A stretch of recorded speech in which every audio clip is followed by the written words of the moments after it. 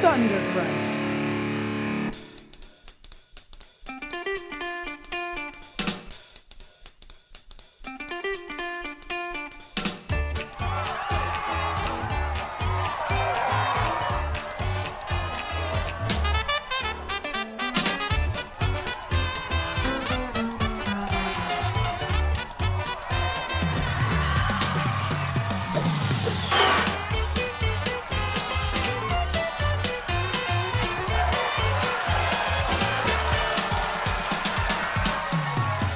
Hey, welcome to Writers Blockbusters, the show that treats the final edit of a movie like the script.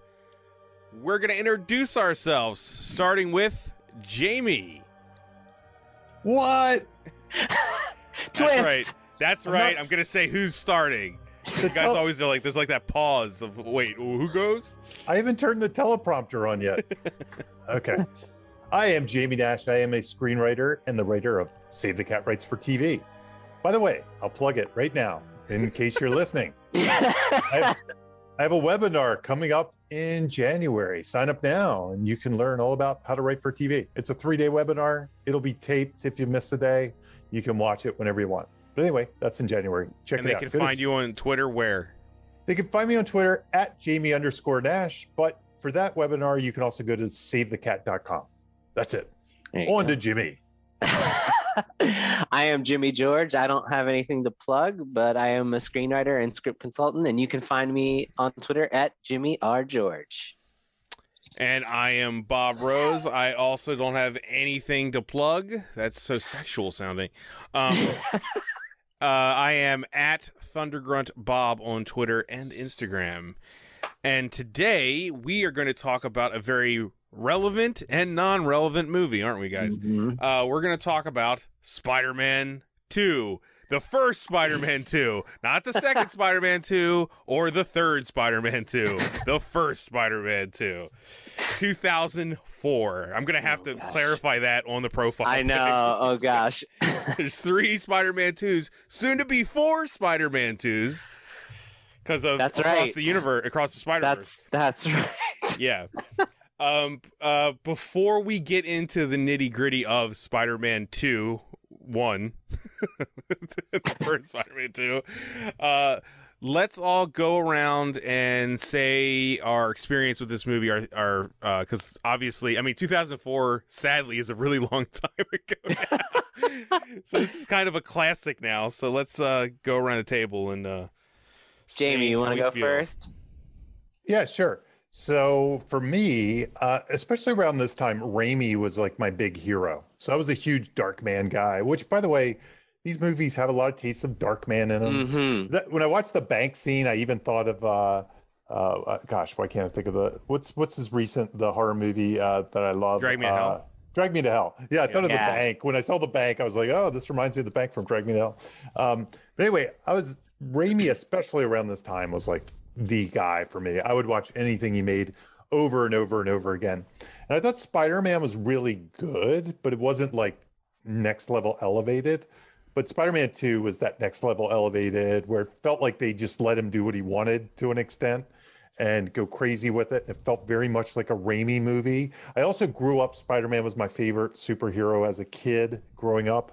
I had all kinds of toys. I watched the cartoon, you know, he was the guy I collected the comic books. So anyway, to make a long story short, this is definitely, I'd have to think about, I didn't think about it, I should have thought about it before the show, but this is definitely, if not my favorite superhero movie, it's probably in my top 3, but I can't even think of what the other 3 might be right now. So we'll say it's my favorite. That means it's probably number 1, Jamie.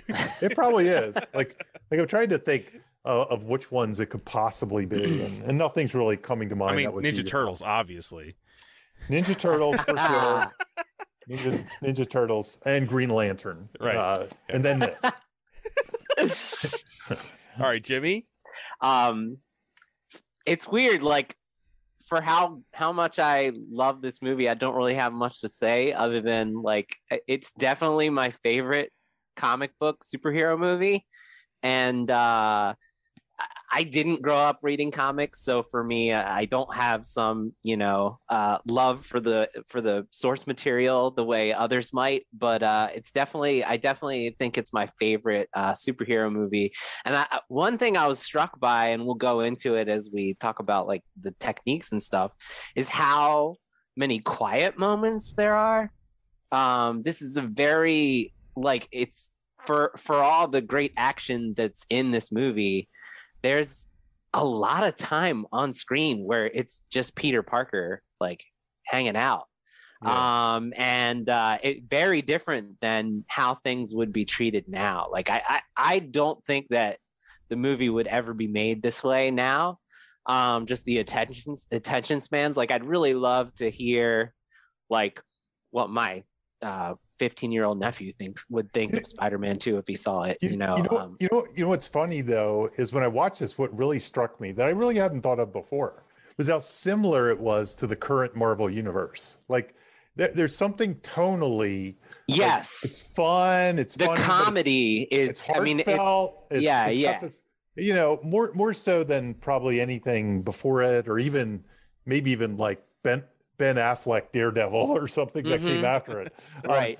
It really felt like. Stay tuned for that episode coming soon. Yeah, right after Green Lantern. Right after. We'll do it both in the same episode. It felt like it almost could exist in that Marvel universe with the colors and the style and the stuff like that. But I do agree. Funny you should say that, Jamie, because it might exist. No, I'm just kidding. No, really. But so I love the movie. I think it's my favorite superhero movie, but I don't really have much else to say other than that. Okay. I'll say this. I generally agree with Roger Ebert. I think it's maybe the best superhero movie ever made. But I want to say this. Like, when I say that, I'm not like Jamie. I'm not a Spider-Man guy. I don't really like Spider-Man that much. I'm a Superman guy. Spider-Man isn't my thing. So the fact that I would say that shows you how much I like this movie. I also think I'm more of a Sam Raimi fan than I am a Spider-Man fan. And I just love Sam Raimi going full bore. And that's what he did with this. I also feel like I didn't know a movie could be this fun when it came out. And I didn't know that Sam Raimi would be given reins like this. So for me, this was like exciting on like a 5-fold level when it came out. I didn't even like the first Spider-Man that much when it was originally released. I liked the first Spider-Man, but I was like, it's fine. It's fine. Competent. Yeah. Yeah, it's fine, but it didn't feel like anything special. It felt almost like a proof of concept that Spider-Man was a viable thing that could happen, as opposed to like the next level of like, let's hit this thing out. Honestly, it felt like Raimi had his hands a little bit tied behind his back. I mean, this is a very interesting franchise because he had it a little bit tied in the beginning, but he pulled it through.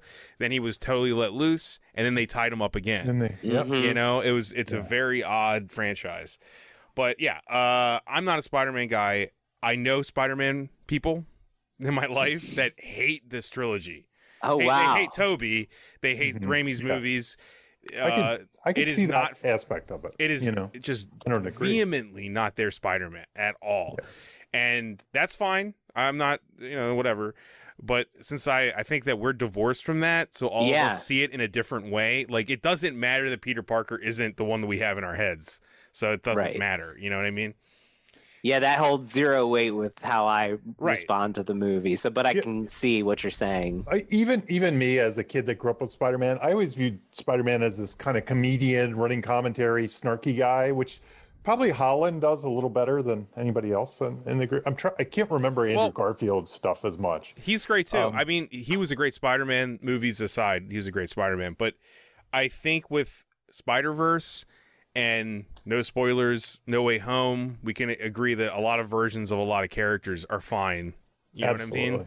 Absolutely. So, like, this is not some people's Spider-Man. I don't care because the movie's awesome. Yeah. Like I've made this argument. I had much more juvenile arguments with friends. We're just like, about Toby and everything. I'm like, okay, well, in this universe, this is what he's like. This is what Spider-Man is like. Toby isn't exactly a jokester, right? He's an odd guy. He's an odd guy. He's a very doughy-eyed. He's a thinking man's Spider-Man, sort of. You know, he comes off a little aloof and kind of out of touch, or I don't know what it is. Like he's high or something. He's kind of surprised all the time. He's like he's always surprised. He's always surprised. Yeah, he's always just like, is this happening still? Yeah. Which I kind of like. That there's an innocence. I do too. I kind of enjoy it. Especially now, years later. It took me a little while to get used to, but I like it. I've heard it before. He's got doe-eyed innocence in these movies, you know, and I think I enjoy that. I like that. Yeah. Anyway, now that we've gotten our unabashed love out of the picture, let's talk about the writing, the craft, and the craft. Jamie, who wrote this shit? Bingo. Stan Lee wrote this. Yeah. Well, he was responsible in story by and with Ditko and the old school. But so this movie apparently was greenlit like immediately after Spider-Man 1. They greenlit this thing, and they hired a bunch of writers to do drafts in 2002. I can't think I don't know how to pronounce what else is new. The guy, if it's Alfred Go or Goff? I'm going to say Goff. I think it's Goff. I'm pretty sure. I think it's Goff too. It's spelled like dough, but it's pronounced Goff. The reason I know I think it's Goff and it's Miles Millar is because they're the Smallville guys, and I remember their names being pronounced. That's absolutely true. Yeah. So they were hired to write a draft. Then Michael Chabon was hired to rewrite their draft, and then ultimately Raimi came in and picked from their drafts and then worked with Alvin Sargent to do his own draft, like for the final film. And he was the one that heavily wanted to go with there's a storyline called Spider-Man No More. So when you see him throw the costume in the trash can, that's like a classic painting, from one of the issues, a panel from one of the Spider-Man No More, where Peter Parker quits being Spider-Man, and he says, "I'm Spider-Man no more," in a very Stan Lee sort of way. So Raimi came in with Sargent, picked, kind of a la carted the different drafts. Okay. And then that became Spider-Man 2 as we know it. Cool. Okay. Yes. So did all those people get credit that you discussed who got cherry picked from? On IMDb, it's it's everybody. Yeah. It's everybody. They got so all of them got screen story. Okay. Which I guess is screenplay in this regard. Stan Lee and Ditko get comic book. Okay. Raimi doesn't get credit, but he was the director. I'm sure he's shaping all that stuff. Absolutely. What's funny is there's the Goff and Miller. They've really done mostly television, and they did the third Mummy movie, and this and the Shanghai Noon franchise. Oh, okay. That's kind of they haven't done as much as I would have guessed, I guess is what I'm saying. Nothing wrong with that. I wish I had that resume. Right. Yeah, nothing wrong with it. It's because they keep going to what's his name? Go as opposed to Goff. Yeah, they keep calling the wrong guy, and it's like, oh, you're not. Oh, I didn't know. Oh, and Michael Chabon, he did John Carter. I guess maybe that. Oh man, that kind of maybe put a black mark on him for a bit, even though I like that movie. I love that movie. Yes. Yeah. It's not his fault. I remember you named it wrong. Yeah, and now I can't remember, but didn't he work on the original Spider-Man, the first Spider-Man movie as well? I feel like that's true. It's not because I remember. IMDb. For some reason I thought they made a big deal. Now I got to look it up. My memory is no. It says David Kep. So my memory was it was a big deal when they brought Michael Chabon to Spider-Man. Like, here's a guy from, a literary guy. It was kind of like one of those things, like back in my early screenwriter days, I saw the writing on the wall. I was the guy who was writing superhero movies, and I was like, oh, they don't want to bring me into these movies. They want to bring that guy into these movies. And that's kind of that kind of was my first taste of that early on, and then but now we see that all the time, that they bring people from other genres to write these superhero movies. And a lot of times it's not the comic book guys. It's not the Smallville guys. So Superman 2 at least had, or Superman 2, Spider-Man 2 at least had some. We could do Superman 2 at some point, Jamie, if you want. I'm down. That's probably up there on my favorites. Yeah, same. Okay. Well, let's move on, guys. That's right. My transitions are always shaky. By the way, just super quick, this movie made like close to $800 million worldwide at the box office. It was not including inflation. Not including inflation. So 2002, a bona fide blockbuster. Yes. 2004, right? 2004. Yes. Man. It was written. I'm sorry. It was written in 2002. So that's why which was right when I actually didn't know it made that much money. Like 800 million in 2004 without inflation. That's nuts. Okay. Yeah. Yeah. I didn't know it was that successful. Holy crap. What did Spider-Man 3 make? No, I think Spider-Man 3 made a ton of money. It might have even made more money than I remember. It had a huge blockbuster opening weekend. So strangely enough, Spider-Man 3 made a ton of money. I mean, it had a trailer for it, which was Spider-Man 2. So everyone showed up.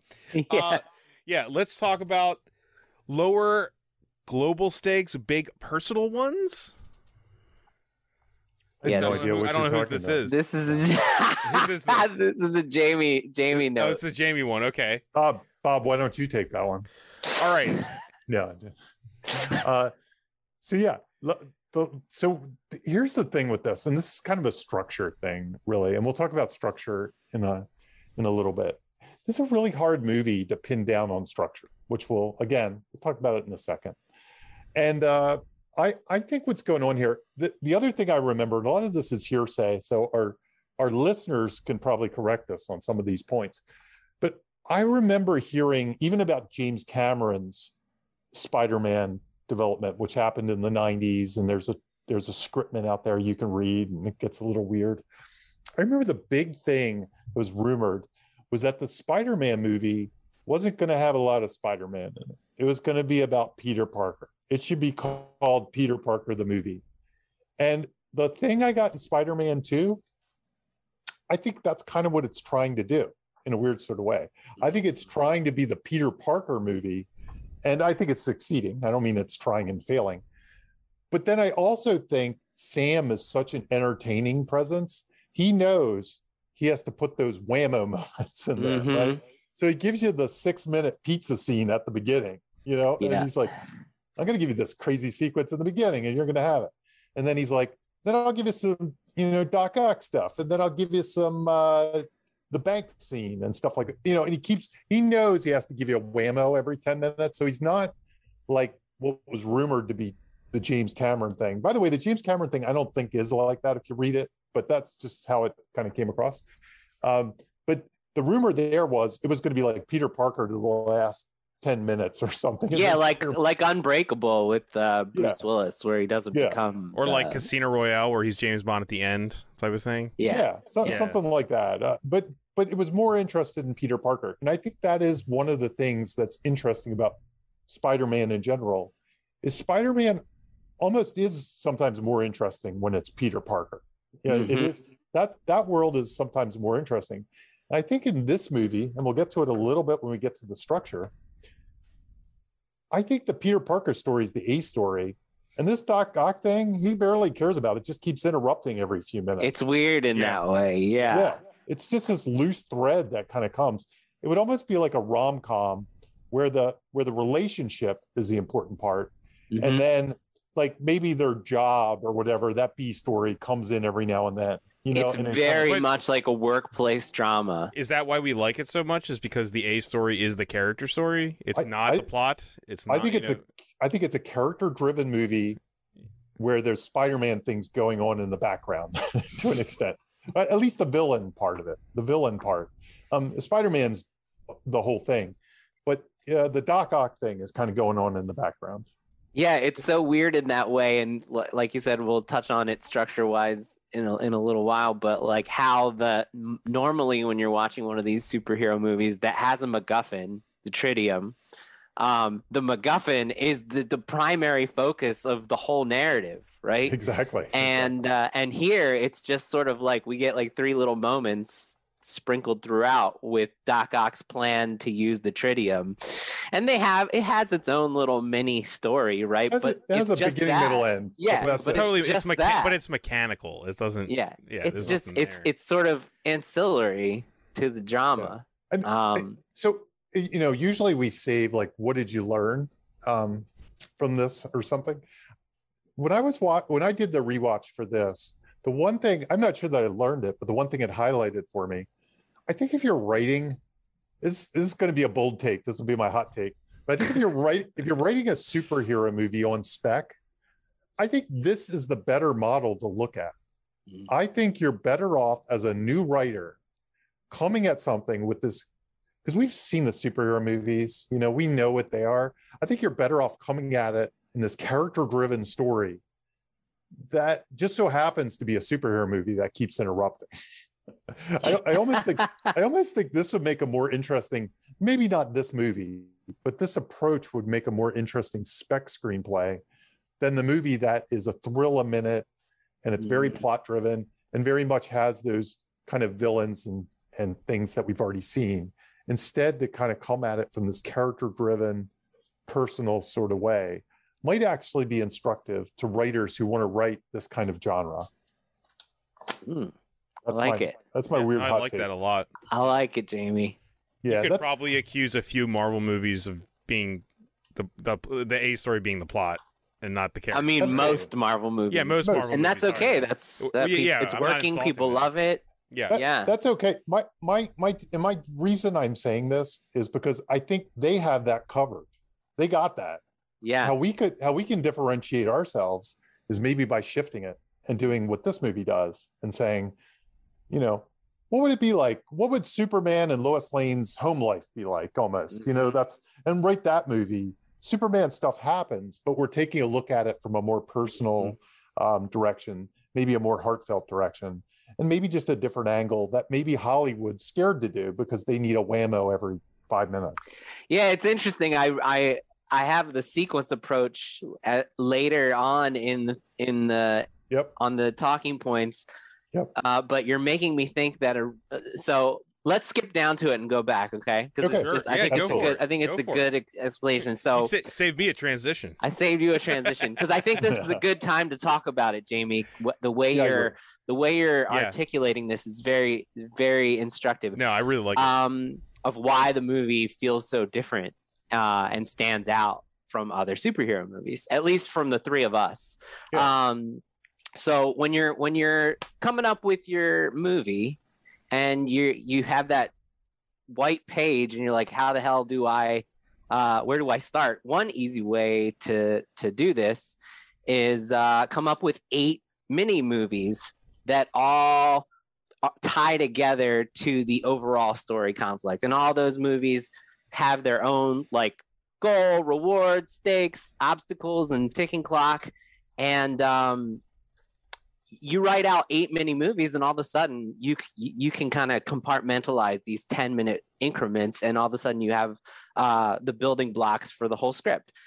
So this one, Jamie and Bob, I labeled each of the sequences with Spider-Man in mind, but now that you're saying it, Jamie, I think it makes more sense if you label it as Peter Parker. Like sequence 1, Spider-Man delivers a pizza. Actually, it's what if Peter Parker has to deliver a pizza? The second sequence is Spider-Man tries to go to see a play. Really, it's what if Peter is just trying to see a play, and all the the trials and tribulations of trying to just be Peter and go see a play, but you have to stop and be Spider-Man.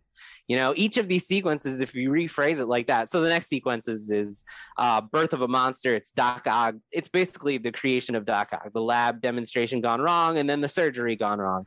And then the fourth is Doc Ock runs amok in NYC. But really, that's also, that sequence is focused on Peter, right? He's just trying to go to the bank and help his aunt get a loan, but he can't even just do these mundane. Basically, go ahead, Jamie. Yeah. And then we'll get to this part too. But all the things you're labeling are also the things he needs fixing, right? He's trying to fix each one of them almost in order. His school, his relationship, his aunt's money. these are all the things that are set up and the things that are need fixing. And they're the sequences. He's doing them almost one by one by one by one until he kind of joins them all together toward the end. And they're all, when you say them out loud, they're really mundane things, right? It's like really mundane things. I mean, Doc Ock, I was gonna say Doc Ock literally says that Peter has a reputation for being lazy. That's a Peter thing. That's one of the things he needs fixing, right? Or they view it as that because I don't think he's lazy. I think he's not lazy. Yeah, but I'm saying he's perceived as lazy because right, he can't ever be anywhere. Avenues, that's a Peter problem, not a Spider-Man problem. He's trying to do too much, so he can't do anything. It's our typical. It's a problem I have every day. You know, I want to say too, like what you guys are bringing up right now. It's such a perfect marriage in the fact that the one thing Raimi changed about Spider-Man is the fact that he has organic web shooters, and the movie uses what exactly you guys are saying to make Peter's problems make him have performance issues. Yes, like Peter's problems affect Spider-Man existing in a way that just perfectly in this franchise too, specifically. You know what I mean? They used it properly. They knew what they were doing. With that. Yeah, they had. It feels like they had a plan, right? In the future, right? Take this away from him. That might be lightning in a bottle, but it also could be genius. You know what I mean? Yeah, it just could be genius construction. So, and I love that you did the structure method because I tried to do a save the cat kind of mindset to this, and I had a hard time doing it, which we can talk about in a second. It was hard to bring it about. And honestly, my mind went to, you know what, this would be easy to do sequence method, but it's hard to break down. I think, and the next bullet point, which I'll also cross out for us, this movie also has a ton of coincidence, which usually I hate, but I think this movie is emulating a comic book. And because the A story is his life, it's the Peter Parker life, I don't mind the coincidence, like when Doc Ock shows up at the bank, for example. Yeah, because it just feels like a goofy issue. Would that also be part of like tone too? Like the coincidences kind of fall into tone, right? Like since Raimi's Spider-Man is a bit more like Silver Age comic books, it doesn't feel as wrong. Right. You know the source material was it's more forgiving on the viewer. I honestly think I forgive it because I was trying to reconcile why I forgive it, because Spider-Man 3 has coincidences, which I hate. They take me out of the movie. Oh man, which is strange. That's another episode. But Spider-Man 2 has coincidences, which I just kind of shrug and I say, yeah, I could see a comic opening up with Peter and his aunt at the bank, and then all of a sudden it gets robbed. Yeah, And I think because that's what this movie's about. It's like everywhere he turns, Spider-Man crap happens, and he can't live his life because every single thing, Spider-Man crap keeps coming and coming and coming at him. And standing in the way of his desire for a mundane existence. It is. Well, I mean, it is. Also, there's the positive coincidence of the fact he's writing a paper about Dr. Otto Octavius, and who just so happens to be working with. Yeah. I think that's the one, right? That's the your one buy-in. That's your catalyst. Your one coincidence that we forgive. No, but this movie, as far as the coincidences go, I agree with you. I have this thing I see a lot in amateur screenplays, which I call the phony family tree. Which is like the story world is like implausibly small. Everyone is tied to everyone. Like Jonah Jameson's son is the astronaut who just so happens to be dating Mary, which is from the comic, which is also the same type of Yeah. And that's the type of stories they were telling in like the 50s and the 60s, and so it was like it's like inherent to the genre. Doc Ock picks a random person out of the crowd. It just so happens to be Aunt May. I mean, he doesn't know. Fine. He doesn't know that's Aunt May in that moment. But keep going, Jamie. Yeah. So, to your family tree point, I think that's a great, because I've given that note in consultations myself. Because when you have like a more realistic story and that happens, it makes everything seem melodramatic and soap opera, right? Exactly. But the tone of this thing is so melodramatic and soap opera.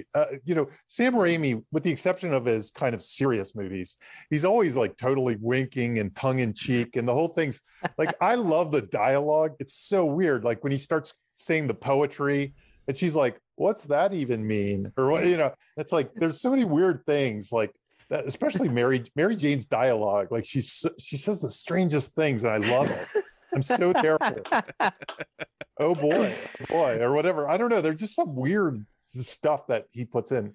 I've always had a hard time characterizing Sam Raimi's dialogue, like the tone, because it's kind of old fashioned. You know, it's kind of like 1950s screwball comedy, but then it isn't really. It's like the weirdest thing. You know, it's kind of like the Ash dialogue or something. Anyway, not to get on iconic stuff in there. I just wanted to throw one more thing on the coincidence thing, because I agree with you, but there is and we've talked about the Pixar rules, quote unquote. They're not actually from Pixar, right? But there's that Pixar rule that coincidences that get you into trouble are okay. The audience forgives it. Coincidences that get you out of trouble are not okay. And all the coincidences in this movie are always getting Peter into trouble, not getting him out of trouble. Good point. That's a good point. So that's why ultimately it works, and no one really has a problem with it. And we're just nitpicking here, but it's definitely noticeable for sure. Yep. So in regards to that structure thing, so I was trying to, and I think sequence approach is a great way to handle this one, because I do think it's almost like, feels like 8 issues of a comic book arc or something like that. We could look at it that way. But let's say you're trying to do a Save the Cat 3-act structure of this. And so if most people's first attempt would be, okay, Doc Ock has this thing go wrong and he turns, it blows up in his face. So that's the catalyst. That's the bad guy thing. And then, but that doesn't happen to like 30 minutes into the movie or something like that. The end of that scene is 40 minutes. 40 minutes. Really? And then, okay. Yeah. The break into 2 would be somewhere where Peter Parker decides to stop him, but he never really does that in this movie. No, he's not really. Until the end, toward the end. It's like, so that's obviously not the way to break this movie down. So the way I would do it, and I didn't do it, I'm just going to kind of throw it out there. Like, I did it more with Mary, because here's the way I looked at it. I did Mary Jane, the way I write movies, the first thing I tend to do is I do, how does it begin and how does it end? And how is the character different? And this one has a great bookend. It starts with her billboard. She's looking at him every day. And he says his problem. He says, I look at her every day, but I have responsibilities. I can't remember the exact dialogue. I've chosen to be Spider-Man. I can't be with her. It ends with, go get him, Tiger. Okay. So you see the change. You see the arc. That to me is the story. He starts with this thing. He ends with go get him, Tiger at the end. So it's kind of like a relationship story. So for me, when I started charting this, and again, Save the Cat doesn't work great as a retroactive tool always. Sometimes it works perfectly, but it's more to help you write. It's not to help you analyze as much, in my opinion. This is my opinion. I agree. I think you can use it to analyze, and you can use it to see where it doesn't work when you analyze. So for me, the catalyst was something more like Mary Jane says she's dating somebody. Like, to me, that was the catalyst. Interesting. Right. Okay. Okay. And then he goes, and that happens around the 12-minute mark, by the way. It's the catalyst of the Peter Parker story. It is. Yeah. Story. Okay. And then he kind of goes down this path of like, well, I'm coming to your show then. And then that's kind of the debate. Can he be part of her life? Can he? Yeah. Yeah. And that was the inciting moment. Yeah. And then he can't. And then I think Bruce Campbell says when he's like turns him away and throws him out, he's sad and all that. I think in some ways that's the break into, because I think then he's like on some kind of mission to, win her back or something like that. Or balance his life is probably what. It's to find some kind of, to do both things at the same time. But anyway, it's messy. It's not super easy. I'm not even saying that's what it is, but to me that feels more right than going down the typical, which is how we started this structure conversation, than to go down the Doc Ock. The typical Doc Ock turns into a villain. We need to stop him. We try to figure it out. We did, so the fun and game stuff is more about, Peter trying to balance both of his lives, and less about Peter trying to stop Dr. Octopus. I love it. Love well, it. so I wanted to ask you. So like I wanted to talk about wrong way goals. Okay. Because it's weird. By the way, super quick, because I know you said you had it in front of you. Blake Snyder did Spider-Man 2. He did. What was his catalyst? He did it in which book? Say the book name. Yeah. Save the Cat Goes to the Movies. Okay. Yeah, it's on page 273 for anyone listening who has the book. He has the catalyst at 18 minutes. Toby is introduced to Dr. Octavius. So he goes down the Doc Ock path. Yeah, he's making the A story be the villain hero versus villain. My gut says he'll say that the break into 2 is when Doc Ock basically has the explosion or something like that. And which is at that finishes at 40 minutes. And then what does he put the midpoint at? I think his midpoint I agree with is I Am Spider-Man No More. Yeah, I agree. An hour and 2 minutes in, it's almost right down the middle in the actual runtime. Also, that works for both the thing Jamie's saying and both the thing Blake Snyder's saying. And here's something very instructive about that. Midpoints usually cross A and B story. They usually cross. Yeah. So, and this is the crossing moment. This is when I Am Spider-Man No More. So he's not going to be Spider-Man, causes huge problems in Spider-Man world. But it causes good things to happen, supposedly, hopefully, in Peter Parker world. So I agree. Okay, Jamie, I'm gonna bounce off of what you were just talking about with the bookends, right? The opening and closing. And Bob and Jamie, you can kind of chime in here. I'm trying to figure. I don't have the answer, so I'm gonna set it up and then we can talk it out. There's this thing called the wrong way goal approach. We've talked about it in many episodes. Basically, Groundhog Day is one long wrong way goal story. Most time loop stories are. This is I can feel it. I can feel that this is a wrong way goal story, right? He's constantly going the wrong way. And the story is putting Peter into one situation after another for the first two sections of the story, the act 1 and act 2, where he's doing the wrong thing. But I haven't figured out what that wrong way is, because I have a hard time too. It's messy. Yeah. Because what you're saying is right, which is the balance, right? That is, and when we get into villain construction in a little while, I'm going to use Sam Raimi's own words about Doc Ock and why they went this direction. Okay. And he talks about the lack of balance as well. But balance feels like a reward to me, not an objective. It feels like if you do certain things, you can have a balanced. I mean, basically, this is, like we said, like a workplace drama. Right? Like he's working too hard, and he can't have like a life, and so like he's trying to find a balance of having a life and still doing his job. Yes. Which is Spider-Man. Right. Here's the other thing I'd say that's tricky about the balance, to make that the wrong way goal. And it's honestly where my Save the Cat little inspiration thing that I just said falls apart. The balance is what he was trying to do in the setup, and he's doing it in the fun and games. So it's really the same. Is there really a shift between Act 1 him and Act 2 him as far as balance goes? No, not at all. Not at all. Yeah. Not at all. So I wanted to pitch an idea to you that, like, I feel like I had no one in the filmmaking. Now, I didn't listen. There is an Alvin Sargent commentary, and I didn't listen to that. So maybe he discusses this, and somebody listening is like, yeah, he talks about this all the time. To me, it's pretty simple, but Sam Raimi isn't saying this, so I'm a little confused. He's a liar. Peter is a liar. Like, to me, it reminds me of a very famous wrong way goal story, which is Liar, Liar. Jim Carrey wants to be a better father, and he thinks the way to achieve that is to lie. Right. And he spends the whole movie learning that, like, no, like, go ahead. No, I agree. Honesty was, like, when I was trying to come up with this flaw, which is related to this, honesty was the big thing, because he finally admits to Aunt May by the end. Right.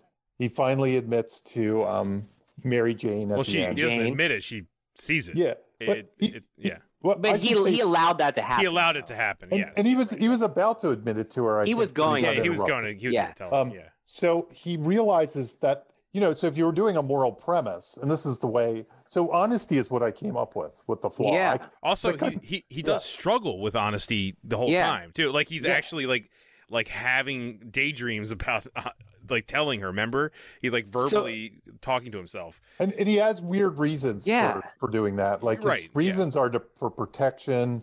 His reasons for Aunt May are guilt. He has different reasons that he thinks lying will be the better way in life. But then when he admits, maybe he can meld the two sides together when he finally admits to and gives up the other things. So you could argue that his flaw might be the false pretense that he's protecting somebody too, or something. I don't know.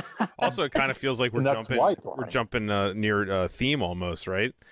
Like we're talking about, and the theme is a little confusing too. But Jamie, you have your classic test of your before and after snapshot. Would the hero do the thing in the end that they do in the beginning when we meet them?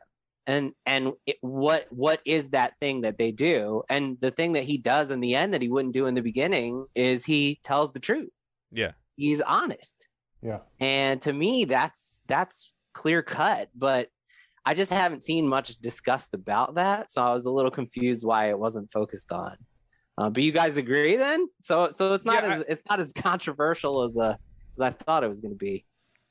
I think this is also something that maybe sets this movie apart a little bit for a lot of us, because it's so heavy on the aspect of honesty and lying. What you're saying right now, I don't get that a lot from like a lot of the superhero movies we're getting now. Right. You know, I think we've almost like I Am Iron Man kind of set up the MCU as the lying is not really what we're about.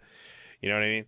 Yeah, and a lot of superheroes now, it's sort of like their struggle. I mean, you know, Spider-Man's a little different because Tom Holland is dealing with He is dealing with it. You're right. Yeah. But for the most part, like Thor's not worried about like what if someone finds out I'm Thor? They erased his human version. They literally like from the comics. So and so here's where I was struggling with the flaw and the need and stuff like that. So if honesty is kind of his flaw, like if he has a skewed approach to the world where he doesn't believe that he can be honest and effectively be either Spider-Man or Peter Parker at the same time, like that's something you can't do.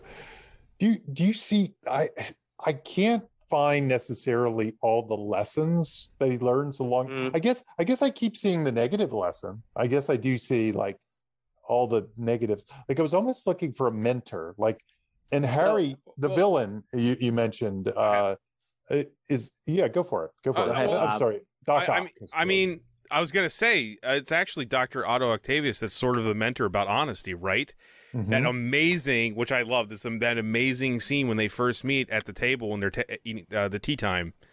He literally says to Peter, "You can't hold love, truth in yourself like that. It'll eat you alive." Yes, he's the one. His like hero, the guy he looks up to, is telling him that, and it happens to be the villain.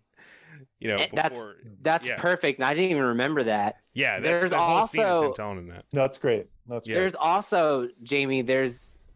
When he tells Aunt May the truth, she doesn't think less of him. The next time he sees her, she tells him it was a brave thing to be honest. Yes. And then he learned, and then he learns on the train, he saves all those people, and they see his identity, and he's scared.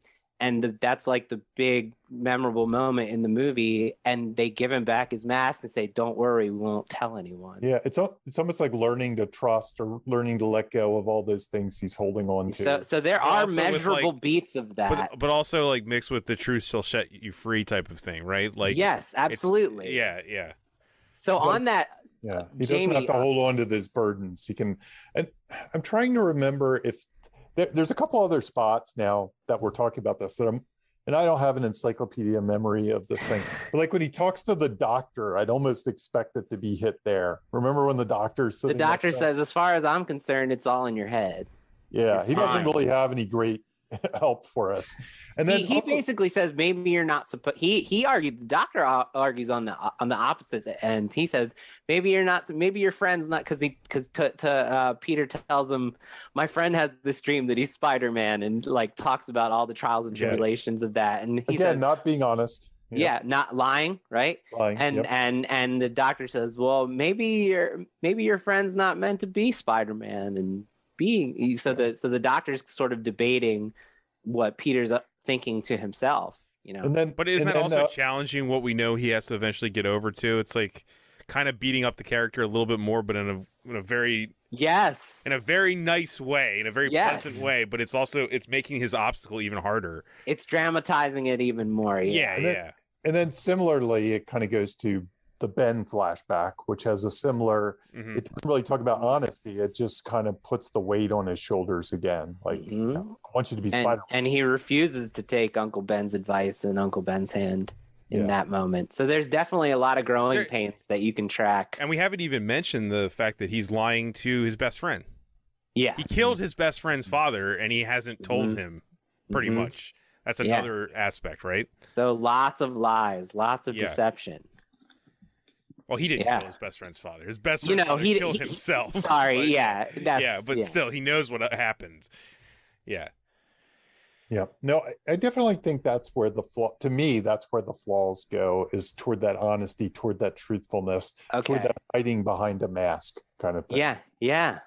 Hiding It's almost like he needs to share his life with somebody in order he can't just be Spider-Man by himself. If I verbalize it a little bit, his problem is with honesty, which is a Peter Parker problem. In this movie, we really don't have him being Spider-Man is pretty A-okay. Like, I mean, really, if you think about it, the way that he approaches his Spider-Man duties is actually good. Yes. Right. So it's not a problem for us, the audience. Like, he wants to save people. He's pretty good at it. He wants to fix those problems. It's not like he's a bad Spider-Man really at all. It's all Peter that's causing. But the Peter Parker problems cause him to lose his Spider-Man abilities. So, I know. Just saying that his approach to being Spider-Man is not actually flawed. It's actually good. It's the way that it's I think he's right. He has a right way approach when it comes to when he's on the job. Thank you, Jimmy. That's what I was looking for, a right way approach. I think I think the first movie is about learning with great power comes great responsibility. Like, he needs to use it. And this is the other thing that's a little bit of a trick. Like, when you're trying to analyze theme, there's that whole thing Doc Ock says, intelligence is a gift, Peter. You know, you have to give it privilege. To the world. That more makes it sounds like a reminder of the first movie. Like, that's, and I think that's there. Yeah. I mean, so it's a little confusing, the theme, as far as when you're trying to do what we're doing, like Sherlock Holmes, the theme. You're like, wait a minute, what is that? But okay, could you argue too that that's also Doc Ock talking to Doc Ock, like, because Doc Ock's goal is to help mankind even while he's evil, which is interesting, right? Yeah, I agree. Yeah. But it's just one of those things that's typically like theme related. You're like, right. Oh wow, that's it. And then there's other things, like when he gives him poetry, I was like, the poetry's going to say something. I lean forward and I listen, and it really doesn't. It's just some crappy poetry. I mean, I think it's supposed to sound crappy. I quoted some of the moments that felt like Go to the Classroom. Okay. I cut them, but I mean, I put them aside to talk about them, but it's weird because they're not really. It supports your statement, Jamie, that it's a bit of a mess. Yeah. It's a bit of a red herring, I think. I'm gonna trim Aunt May's really on the nose monologue and just cut to the last part of it, where she says, "I believe there's a hero in all of us that keeps us honest. Okay, honesty is in there. Gives us strength, makes us noble, and allows us to die with pride, even though sometimes we have to be steady and give up the thing we want the most, even our dream." That's the weird part, right? When she says we have to give up our dream, it's almost like she's taking him back to the wrong way. Not really. Yeah. She's saying, get rid of Mary Jane. You got to get rid of the things you want. Yeah, you got to sacrifice things to be a hero. And to make it even weirder. Yeah. In the final moments, in the climax, how Peter convinces Doc to get on his side is he says, "You spoke to me about intelligence. You said it was a gift to be used for the greater good." And Doc says, "A privilege." And Peter says, "These things have turned you into something else. Don't listen to them." And Doc said, "But it was my dream." And Peter says, "Sometimes to do what's right, we have to be steady and give up the things we want most, even our dreams." And Doc says, "You're right." So it's weird because Peter doesn't end up succeeding by doing that. Like, could it be that it's not exactly what someone like the doctor and what Aunt May and even what Doc Ock is saying? I mean, when I say the doctor, the one he went to, the normal doctor. could it be that it's not exactly what they're saying so much as who it's coming from? Like, maybe Aunt May is the Peter Parker part of his life, but she's basically telling him to give up his Peter Parker-ness to become Spider-Man more, right? Mm-hmm. You know what I'm saying? Like maybe it matters. It matters more because who it's coming from. Yeah, I'm not sure. I don't know. I don't know. But I think what's interesting is that it's a bit of a mess, right? But it works. Yeah, it totally works. Yeah, like you feel it. I don't. So, and ultimately, the reason I come down to honesty, but I think it's messy, is because there's all this talk of giving up your dreams and dreams and stuff like that. Like we have to give up on our dreams. But I don't really see him give up on any dreams. He's still Spider-Man. He's with Mary Jane. So whatever he learns in the end, whatever he changed, he's with Mary Jane. He's honest. He's out there. He's still Spider-Man. So he hasn't given up on his dreams, but he has been honest. So that's why I'm honest. That's why I'm surfing that as my his dream was to be a liar forever. Yeah. I definitely think honesty is the growth. Yeah. I think that dream stuff came from a weird Michael Chabon draft that they forgot to edit down. It sounded cool, so they kept it in. Yeah, it's poetic. Yeah. I could see it as the debate of whether he should be honest or whether he shouldn't, or whether he should give up his dreams and focus on one thing. But that is not the way it's presented in the back end of the screenplay. When at key moments that is said, the giving up on your dreams is spoken. Maybe that that's what keeps us interested in it a little bit. Like the movie's kind of arguing with itself at points. I don't necessarily hate that. Like not everything has to be a streamlined, obvious through line, right? It's very not Disney. Yeah, no, this is not how we would see in a Disney movie. Peter's essentially going to a bunch of different people, and they're giving him a bunch of different information, and we're with him to figure all out the sides truth. of it. Right. All the characters are trying to argue all sides of it, which is good. They're trying to be agents of change. Yeah. I find a lot of my favorite movies actually have themes that sort of function like that. Like the writer wasn't really sure what the theme was and was writing a story, and the theme emerged, and the theme is there for the viewer. But like if you go back and watch, I'm just going to use this as an example. I'm not saying this is E.T. or something. I'm not sure that the writer sat down and said, my theme is blah, blah, blah, blah, blah, blah. It's got like, it never says the theme really in a big on the nose way. And E.T. isn't necessarily the best example, but Poltergeist might be or something. One of my favorite Spielberg movies. I think the 70s and 80s writers did less like on the nose themes and more just kind of wrote this thing with a feeling and an arc and a change, and then left it to the viewer to decide. Yeah, you can feel it, but it's not easy to pull it right out with words that are said by characters. Yeah. I think more modern cheeseburger movies are very conscious of every word they put on the Absolutely. page. and they're very strict about every word, and they edit things down and they ADR. They have a classroom scene where it's on the chalkboard.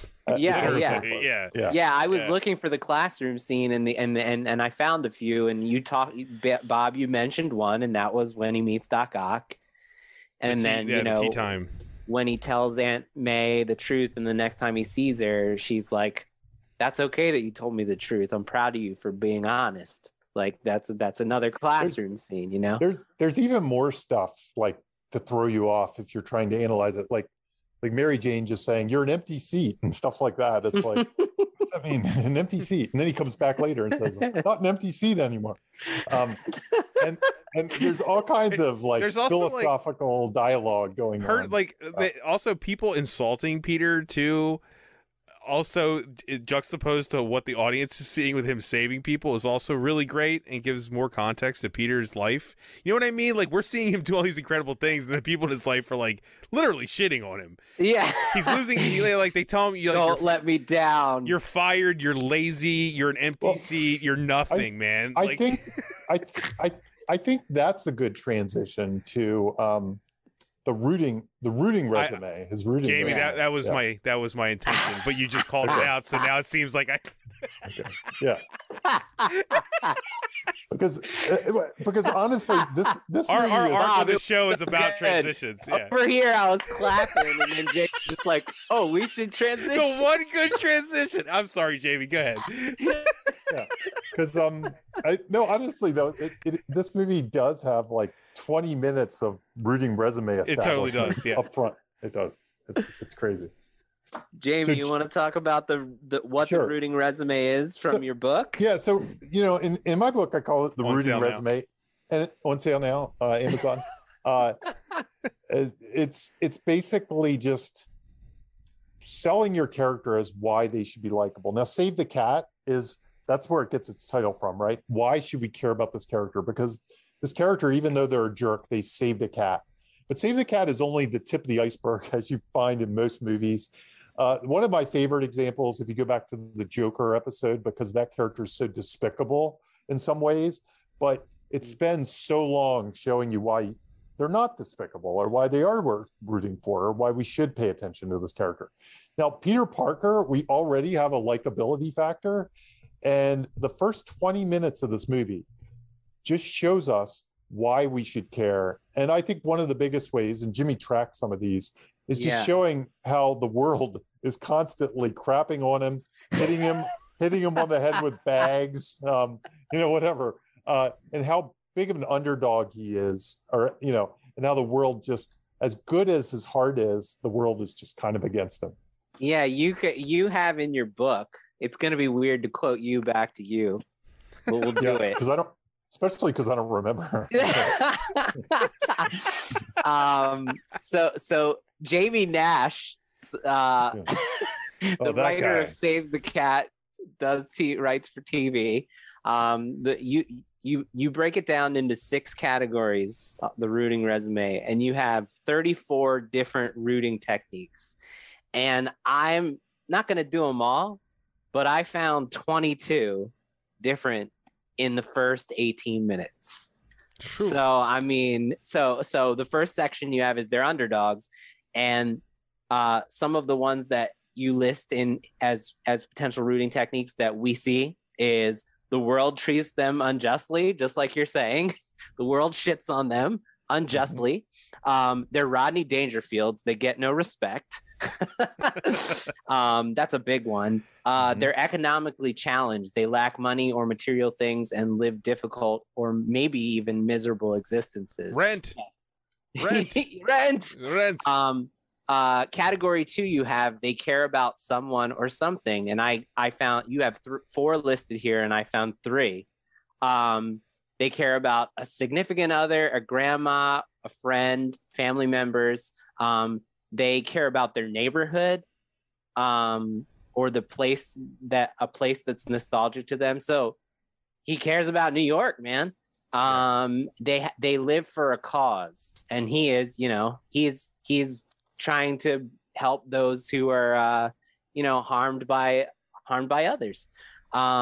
The third category you have is they try very hard to make their lives better, and this one tracks both. They're dreamers and they're failures, and we see both of that. He's a dreamer and he's a failure. The fourth section you have is they're fun. He's funny, right? He's funny with the kids whenever he's fighting crime and interacting with the kids. He's saying funny things to them. I mean, even down to him trying to put the brooms away in the broom closet. Yeah. That's a rooting influencer right there, right? Absolutely. Yeah. And they spend 30 seconds on that, and it just makes you like them even more. The elevator scene with the elevator scene, yeah, right. And that's a good thing to point out, because these rooting techniques, they don't need to be just in the setup. If you watch any movie you enjoy, you'll find that what we're seeing from fade in to fade out is a never-ending barrage of these played in different ways. We're constantly seeing these rooting techniques from scene to scene. That's one of the reasons we stay engaged in the character, because they're showing us through their choices these various things. Number 5, Jamie, you said, is we know their struggle. They have a secret pain and they have a painful past. He's got both of them. We wish we were more like them. He's self-sacrificing. He's resourceful. He's loyal. He never gives up. And they live by an honorable code. And Peter definitely does. Yeah. They're just like us, is your 7th section, Jamie. They share common mundane problems. They live mundane lives. they give us a vulnerable peek behind the curtain. I mean, we're constantly seeing these peeks behind the curtain that no one else gets. The superior position we're given into his situation really makes us feel connected to him because we know what no one else in the story knows about him. And then the last section you have is they're the best at something. Well, I mean, who's better at what Spider-Man does than Spider-Man, right? Right. So yeah, it's a 20. You have 34 rooting techniques listed in your book, Jamie, and they use 22 of them. Yeah, and I think the Only way that 22. I think you made a good point. Like some of these are super quick. They're just we almost feel them more than we notice them. Yeah. They're just jokes. And I think what's instructive for writers, like if you're, I think it's worthwhile to just go through your first 10 pages and do a quick pass. Like maybe read the chapter of that book or something like that, or just keep these things in mind. Underdog, mundane problems, common problems, things like that. If you just really focus on being an underdog, that might be enough. And then fun and funny. And if you just do a pass, you just start on page 1 with all these things, or having just read the chapter, or just focusing this in the front of your mind, just do a little pass of your first 10 pages, your first 15 pages with these things in mind. I think you can kind of punch up that likability factor pretty quickly. Yeah, and it really is less about that's a way to phrase it is they don't need to be likable. We just need to understand why we should root for them. Because you can give we've seen in many stories, like we talked about Cobra Kai. You can give total assholes all of these things in a way that's specific to them being a bad person and still have the same effect. Like we love Johnny in Cobra Kai, but he's an asshole. But Johnny in Cobra Kai has this massive rooting resume that's almost exactly the same as Peter Parker, but he's an asshole. And so it's not necessarily like nice. Just because a person is an asshole doesn't mean we can't root for them. So it's interesting to see how these work with people who aren't necessarily nice. Okay, I think that I'm going to actually just say it. I think that's a good transition into talking about villain construction, right? Yeah. Because the one thing this movie really does well is give you that like couple of scenes that are true rooting influencers for Doc Ock. Like, you know what I mean? Like he has rooting influencers. Yeah, absolutely. Like he's that smart. scene you described before. Yeah, he's smart. He's intelligent. He's nice to Peter. He loves his wife, and he has a very powerful marriage, even in the little time we're given. Doc Ock has a little bit of a rooting resume, right? Like yes, when you meet him. Yeah. He is not a monster when we meet him whatsoever. He is a nice, smart, intelligent man who actually says like he owes his intelligence to humanity. Like humanity deserves his intelligence and to help them. It's like he's a superhero too. And a lot of times you hear it said that villains are the hero without any moral compass, or there's some trigger that's not, that's allowing them to go all the way. So if it's almost like he's this mirror image of what Peter could be. Maybe it's sparking why Peter does need a Mary Jane in his life, why he does need Aunt May in his life, why he can't just give up those and become full-time Spider-Man and go on the crusade to be Spider-Man. And with that too, don't you find, I know this is an execution thing more, but I there's always those two shots where his wife is getting the glass thrown at her before she dies. I always feel like at the end there's a moment with Mary Jane with almost the exact same shot where he realizes she might die. So like what you were saying, I bet you Jamie, if you put them up next to each other, there was some intentional visual parallel. Yeah, and that's probably on the page too. What I'm saying was what Jamie just said, like the fact that we're supposed to compare those two relationships. Yeah, it's right there. The power of contrast. Yeah. We've talked about this in many episodes. Like, what does Belloc say to Indy in Raiders of the Lost Ark? Jamie, what's that? You and I. What does he say? You and I are the same, really, or something like that. Yeah. Along those lines. You want to see what's in this just as much as I do. I do. Yeah. Yes, that's and like when you're coming up with villains, a great way to kind of idea generate is to what does the circus mirror version of your character look like? If in Empire Strikes Back, if Luke makes all the wrong choices, he is Darth Vader. We even talked, it works in different genres. Like Annie is a circus mirror in Bridesmaids. Annie is a circus mirror to Helen. They're like two sides of the same coin. I thought spiders have 8 legs. Octavius has 8 legs. I mean, it's so fucking. Yeah, there's a yin and yang to both of them. Yeah. When you said Annie, I thought you were going Miss Hannigan. I was like, this is a weird pull. Yeah. No, but I wanted to use a couple quotes that I thought are perfectly kind of support what we're saying here. I don't know how to pronounce. Is it Avi Arad? I think it's previous. I always say Avi Arad, but that Avi Arad. Yeah, I don't know. I could be wrong. So anyway, he says, and this is credit to Stan Lee and Steve Ditko, but still, it's instructive. Doc Ock is a formidable villain. He can climb walls better and faster than Spider-Man. There's literally nothing Spider-Man can do that Doc Ock can't counteract. So, I mean, that's perfect hero-villain construction. And then this is what I wanted to talk to you about, guys, about what Sam Raimi says about Doc Ock. And it goes back to kind of our discussion about it being a little confusing as to what the arc is, what the problem is for Peter. Sam Raimi says, this movie is the story of Peter's life, which is out of balance. And Dr.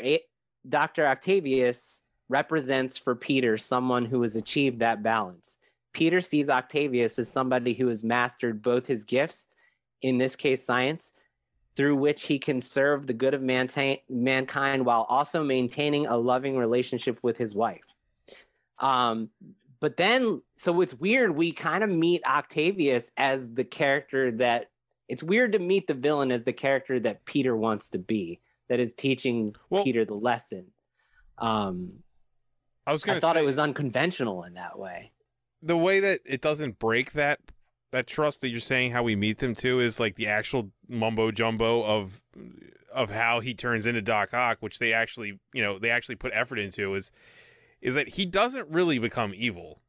No. He is being manipulated by his arms. Right. It's like body snatchers. Yeah. Right. So the audience, the reader, the viewer is not exactly not on Doc Ock's side the whole time. Like, we know that he's being That's mind true. controlled. Like, got to get him out of control off from those tentacles. Right. Yeah. He's not the same as some other villains. Like, we know that those things are literally whispering in his ear.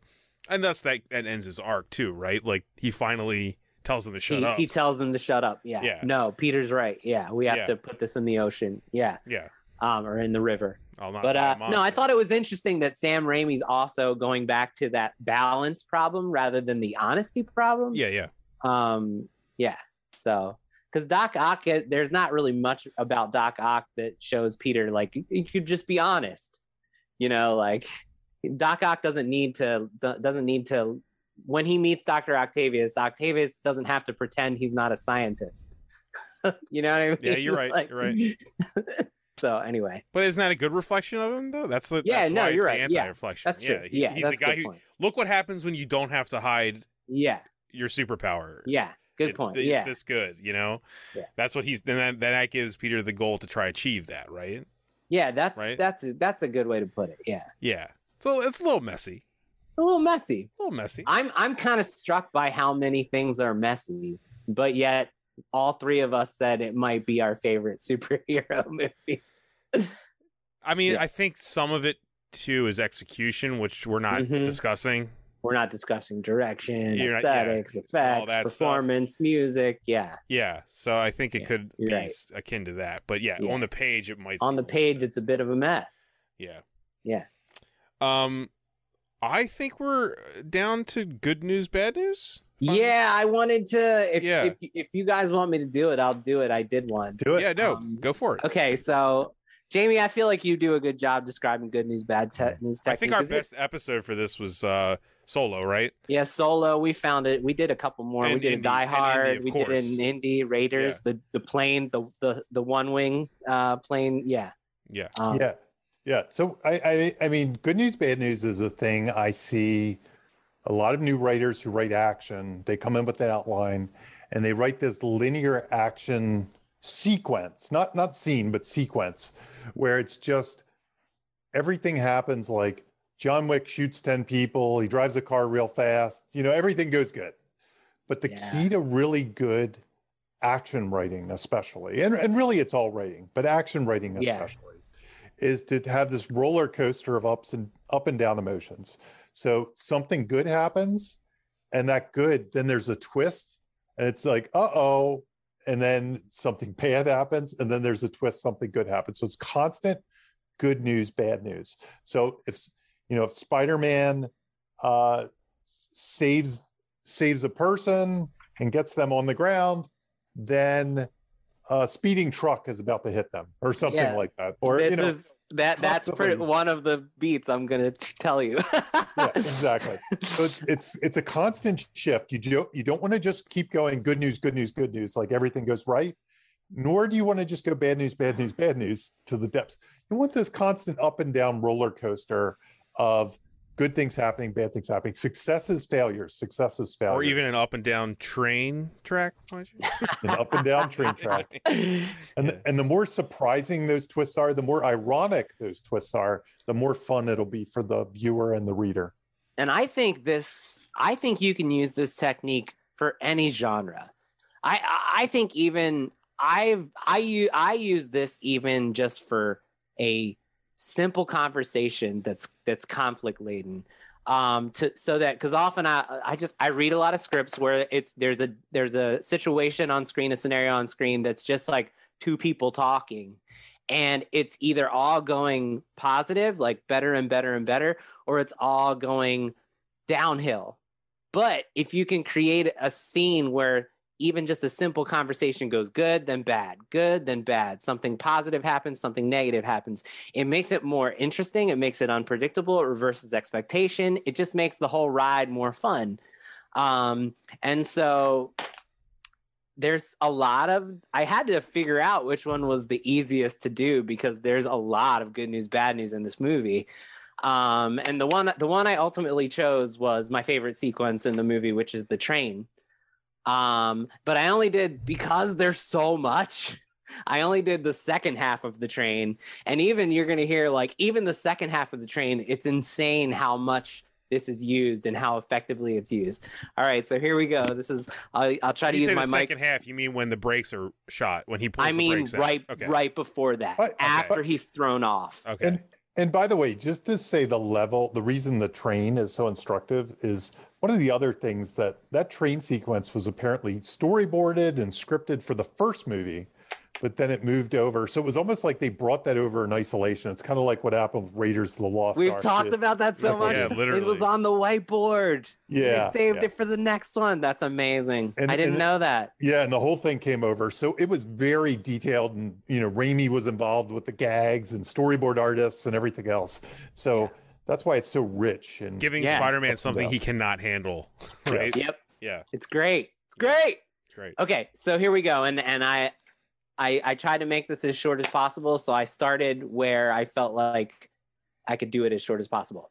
All right, here we go. So, bad news is Doc Ock throws Peter off the train. Good news is Peter web slinks through traffic in downtown buildings and catches back up with the train. Bad news is Doc Ock grabs two passengers and throws them off the train. Good news is Peter catches them and drops them to safety. Bad news is Doc Ock puts the train on full speed and destroys the controls. Good news is Peter climbs to the front of the train and tries to use his legs to stop the train. Bad news is the train's moving too fast and Peter's not strong enough to stop it with his legs.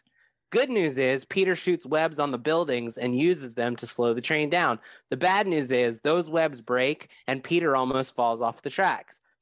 Good news is Peter shoots even more webs on the building and successfully stops the train, saving the passengers. Bad news is Peter passes out from the effort. Good news is the train passengers catch Peter before he falls and carry him inside to safety. Bad news is all the passengers can see Peter's face. Good news is the passengers give him back the mask and promise not to tell anyone who he is. Bad news is Doc Ock returns and attacks. Good news is the train passengers protect Peter. You want to get through him, you got to go through me. Bad news is Doc Ock throws them aside and knocks Peter unconscious and captures him. So you can see, like, I mean, how many is that? That's like 30 good news, bad news. And you didn't even really say the Peter discovering the fact that the track ends, right? Like you didn't. I don't even think you said that one. Yeah, it's like I mean, there's extra even bad little news beats in there. Yeah, there's little beats in between that. So I mean, it's a very effective way, and all that happens in like 2 minutes. Mm-hmm. So if you know how your scene's gonna start and you know how your scene's gonna end, you can literally just put on a blank page, good news, bad news, good news, bad news, and try to figure out how to construct a sequence that follows that in a way that feels organic, and it'll make your action sequence a lot more interesting.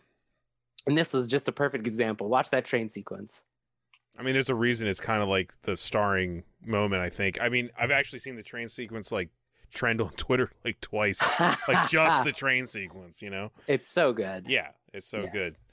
But the other fights in this movie have it too. That's just the one. They do. Yeah. The especially the Aunt. I almost did the Aunt May getting kidnapped and being pulled onto the building. There's a ton of good news, bad news where she hooks her umbrella on or her cane onto the statue.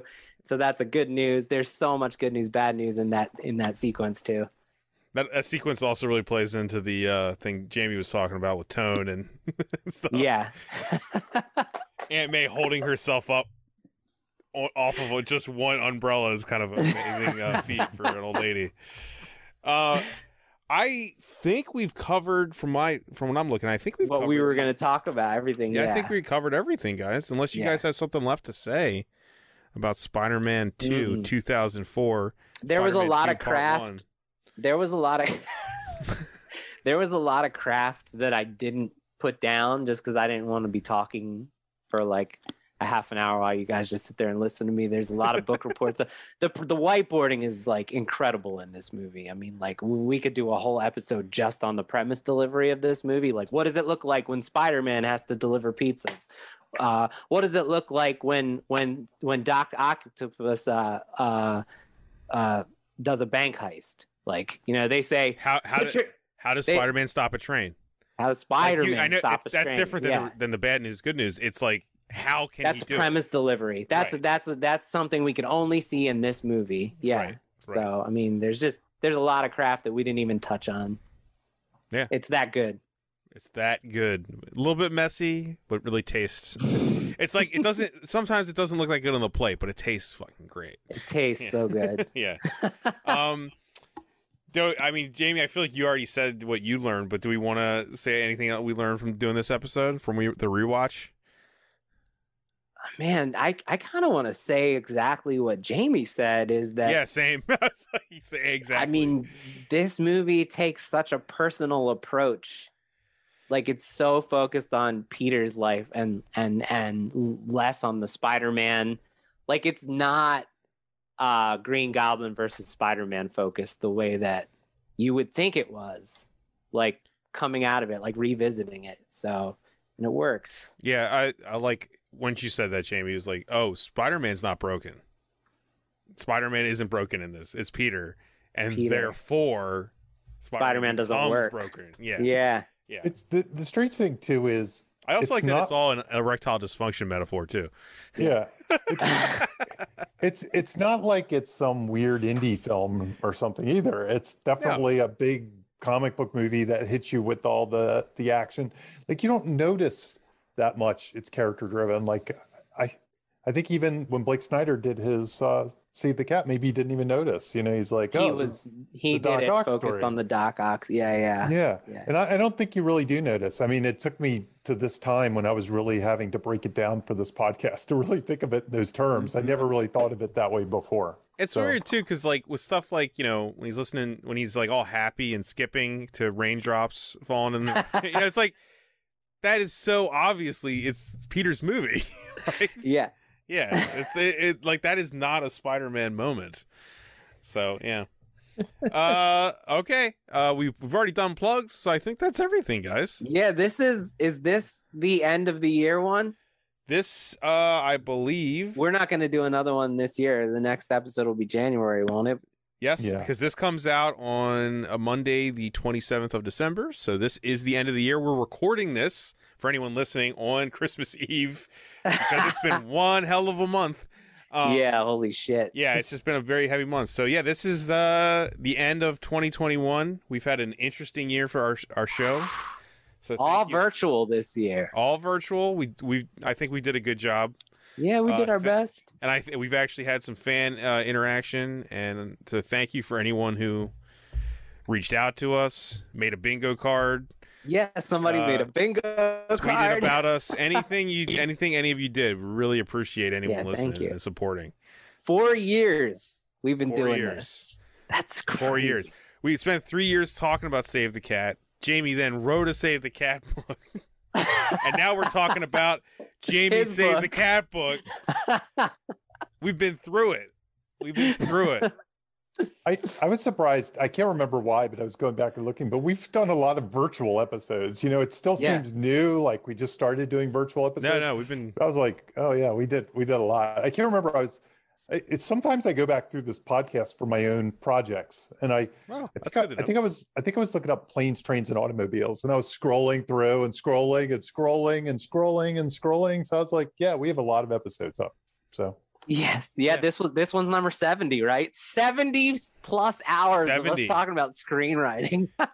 This is a good movie to do for 70 too, I feel like. Yeah, definitely. And I'm hoping, guys, one day we will be in the same room again. Oh my gosh. It's almost been 2 years since we've been in the same room. I mean, I don't think anytime soon, but I'm hoping it'll happen again. You know, I hope so too. Yeah. But I think we've done good with what we've had. Done our best. Yeah, we have. And, I'm really surprised my cat hasn't interrupted more episodes and just stepped on the in front of the computer. It's true. And you know what? If it wasn't for all this, we wouldn't have got to see Jamie's poster collection. That's right. The listeners don't know what the hell we're talking about. They have no clue what we're talking about. After 2 years, I'm ready to swap it out. Yeah, you've done some stuff where people can see your Zoom background. Yeah. If they sign up for that course, will they get to see your posters, Jamie? Yeah, that's what I was thinking about swapping it out for, just to mix it up. Like I have a Hellraiser poster that's signed and an Evil Dead one, and I have a couple other ones. And I was like, hell yeah. You got to do Evil Dead now after we just did this episode. Yeah, the Evil Dead one's signed by the whole cast. I don't have Raimi's signature, but it's signed by the whole cast. That's garbage then. I remember I had a meeting with Raimi's company once, Ghost House Pictures. And I kept like kind of hinting like, I have this poster, and I kept waiting for the guy to take the bait. Well, I can get that signed for you. Just send it over. But he never. I was making like a big deal. Like, one day I really want to get Sam's, and he's like, oh, Sam loves to sign things and stuff. Like, yeah, well, I'd love to get it. That would be the best. But anyway, it didn't work out. Well, if anyone out there knows Sam Raimi and listens to this show, we got to get Jamie's poster signed, and we got to sell that. The first edition of Ninja Turtles comic. Yeah, Jamie's trying to unload. So issue number two. Yeah. I'm gonna break those out in the new year and sell some comic books. So be ready. That's what this is about. Jamie's eBay sales. Yes, we need to really get. I have a whole Amazing Spider-Man arc to sell. By the way, if you're interested, at 100, probably 80s era. Amazon Amazing Spider-Man. All this was building to just look for the link. Yes. I also have the Secret Wars black costume comic. I'm trying to sell that. Oh one man. Too. Okay. All right. With that, I'm gonna say we'll see next time. I believe that'll be we're gonna do Matrix. Yeah, the Matrix Resurrections. Yes. Yeah, and till then. Yeah. Bye, guys. All right. Thanks for listening, everyone. Bye-bye. Happy New Year. You have just listened to Writers Blockbusters, a screenwriting podcast featuring two professionals and another guy. Available only on Thundergrunt.